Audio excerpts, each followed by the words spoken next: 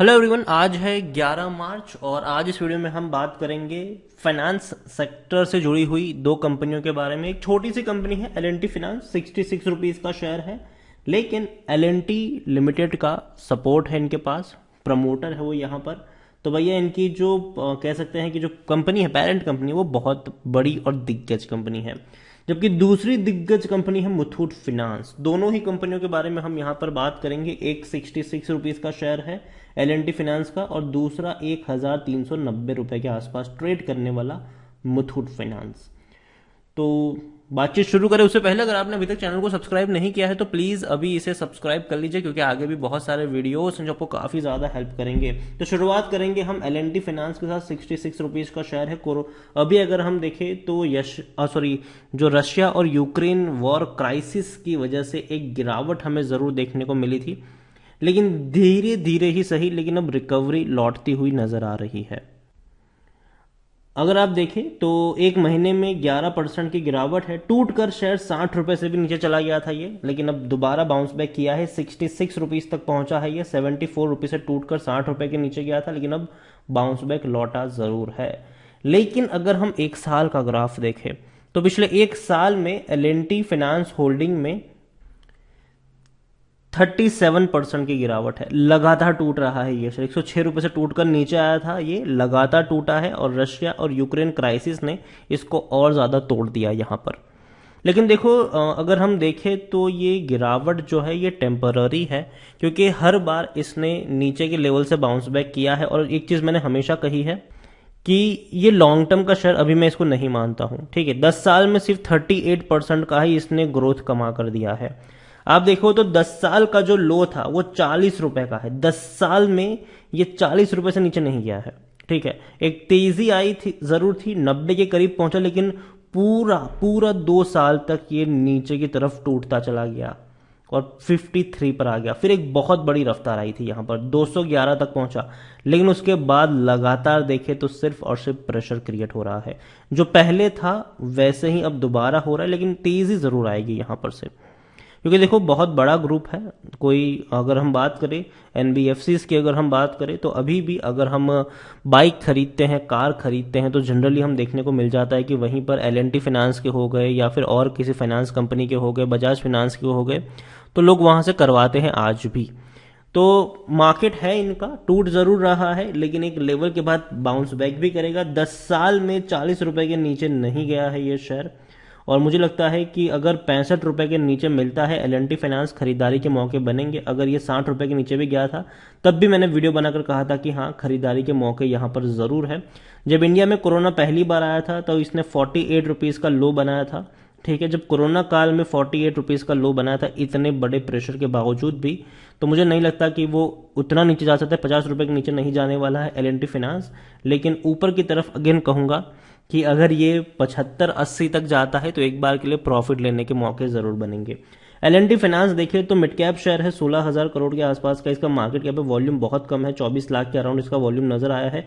Share holding की बात करें तो 63.50% की होल्डिंग प्रमोटर के पास है, 7.86 एफआईज, 1.95 म्यूचुअल फंड, 4.15% की होल्डिंग इंश्योरेंस कंपनी के पास है। म्यूचुअल फंड को छोड़कर हर कोई बेच रहा है, लेकिन थोड़ी थोड़ी क्वांटिटी बेची, अभी भी एक बहुत बड़ी क्वांटिटी है उनके पास। एल&टी फाइनेंस की बात करने जाए तो 2020 में आखिरी बार डिविडेंड पे किया था। 2021 में इन्होंने डिविडेंड पे नहीं किया है, जो कि अच्छी बात तो नहीं है। और प्रमोटर है यहां पर L&T, Larsen and Toubro limited. 63.50% की होल्डिंग है और एक भी शेयर गिरवी नहीं है। एल&टी फाइनेंस को लेकर अगर हम देखें तो बेचने की सलाह कोई नहीं दे रहा है, हर कोई खरीदने की, खरीदारी करी है तो बने रहने की बात करे। मेरी भी वही सलाह है। देखो, मेरी बाइंग की रिकमेंडेशन अभी इस प्राइस पे नहीं है। मैं कहूंगा कि अगर 65 रुपीज के नीचे ये मिलता है तब खरीदारी के मौके वहां पर बनेंगे, लेकिन खरीदारी करी है तो बनी रही है। एल&टी फाइनेंस को लेकर अगर हम देखें तो कंपनी के रेवेन्यू धीरे धीरे इंप्रूव जरूर हुए हैं, बहुत बड़ी तरीके से इंप्रूव हुए थे पहले, लेकिन 19, 20, 21 में एटलीस्ट इनके रेवेन्यू टूटे नहीं है, मैनेज करके रखा है इन्होंने। लेकिन बात जहां तक अगर हम करें प्रॉफिट्स की, तो प्रॉफिट में बड़ा डिक्लाइन देखने को मिला है। 2232 करोड़ का प्रॉफिट 1700 करोड़ पर आया और अब 950 करोड़ पर आ चुका है।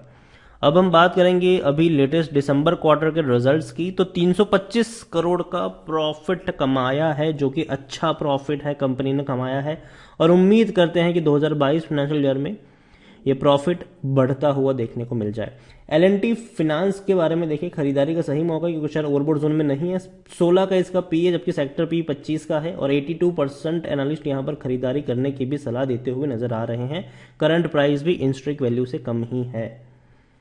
तो L&T को लेकर मैं एक ही चीज कहूंगा कि देखो, 65 रुपए से महंगा मैं इसको नहीं खरीदूंगा पहली चीज, लेकिन अगर 65 रुपए के नीचे मिलेगा तो डेफिनेटली मैं धीरे धीरे खरीदारी की शुरुआत करूंगा। अगेन मैं यहाँ पर वर्ड इस्तेमाल कर रहा हूँ धीरे धीरे, मतलब कि अगर 65 के नीचे जाएगा, अगर मुझे 1000 शेयर खरीदने होंगे, मैं 300 खरीदूंगा, वेट करूंगा 60 के नीचे जाएगा, बाकी के और क्वांटिटी ऐड करूंगा, और फिर लॉन्ग टर्म के लिए, मतलब जब तक ये 75-80 तक नहीं जाता तब तक के लिए मैं इसको होल्ड करके बैठूंगा। दूसरा शेयर है मुथूट फाइनेंस। ये बेहतरीन कंपनी है, सो आप कभी भी खरीद सकते हो, ठीक है।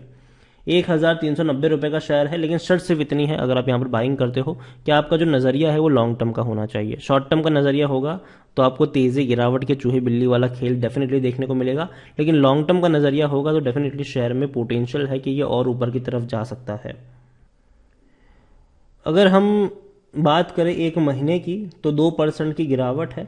जहां मार्केट इतना करेक्ट हो रहा था, ये भी करेक्ट हुआ था, 1425 से टूटकर 1300 तक आ गया था, फिर बाउंस बैक किया था, अच्छा बाउंस बैक आया था, फिर वापस टूट गया, वापस बाउंस बैक किया इसने। तो देख सकते हैं कि उतनी बड़ी गिरावट यहां पर अभी भी देखने को नहीं मिली है, लेकिन एक साल में हम देखें तो ऑलरेडी ये काफी ज्यादा करेक्ट हो चुका है। 1700 रुपए से टूटकर ये नीचे आया जरूर है, और अभी एक सपोर्ट बनाने की कोशिश कर रहा है। एक साल में देखें तो 6.5 से 7% का ही ग्रोथ है।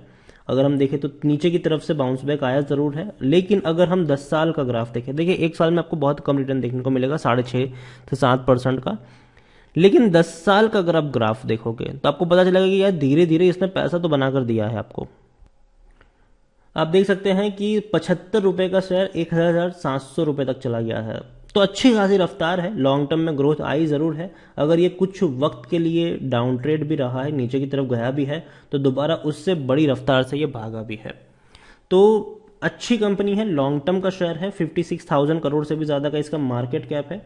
यहां पर अगर हम देखें तो इनके रेवेन्यू 3000 करोड़ तक के पिछले क्वार्टर में देखने को मिले, और प्रॉफिट 1000 करोड़ से ज्यादा का हर क्वार्टर में कंपनी कर रही है। 73.37% की होल्डिंग है प्रमोटर के पास, और एक भी प्रमोटर का शेयर गिरवी नहीं है। 13.67 FI, 7.12 mutual fund, 0.73 insurance company, बहुत बड़ी बड़ी होल्डिंग बड़े बड़े फंड हाउसेस के पास है। रिटेल इन्वेस्टर के पास ज्यादा कुछ है ही नहीं। यहां पर 1700 तक के टारगेट देखने को मिल रहे हैं मोतीलाल ओसवाल की तरफ से। मुथूट फाइनेंस में खरीदारी की सलाह है, फिर भी 50% लोग कह रहे हैं according to money control user बेचो, 50% लोग कह रहे हैं खरीदो। 50-50 वाला खेल है यहां पर, और टारगेट्स अच्छे हैं, डेफिनेटली अचीव भी होंगे आने वाले वक्त में। कंपनी के रेवेन्यू लगातार बढ़े हैं, 5,900 करोड़ के रेवेन्यू आज 11,000 करोड़ से भी ज्यादा देखने को मिल रहे हैं।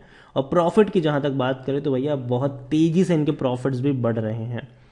साल का 1000 करोड़ का प्रॉफिट, मतलब सॉरी क्वार्टरली 1000 करोड़ का प्रॉफिट ये कंपनी कर रही है।